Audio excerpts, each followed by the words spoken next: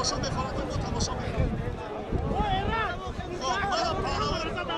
اکبر پهلوان در میدان اومد 6 از ناحیه فیض‌آباد اکبر خب یکی از پهلوانان شناخته ناحیه بعد از پسش یعنی از خرخک شود دوستان محترم کسی که طرفدار است از مهمانان از چینی است کسی باشد مرحمت بیار منبر اکبر باشد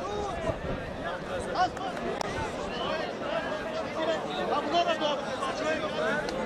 من نیست موسیقی بیشتر نمی‌کنم یکو بودستان نکنم خب مرحمت دستی ما بیارم اینجا بیارم اکبر پهلوان در میدان بشید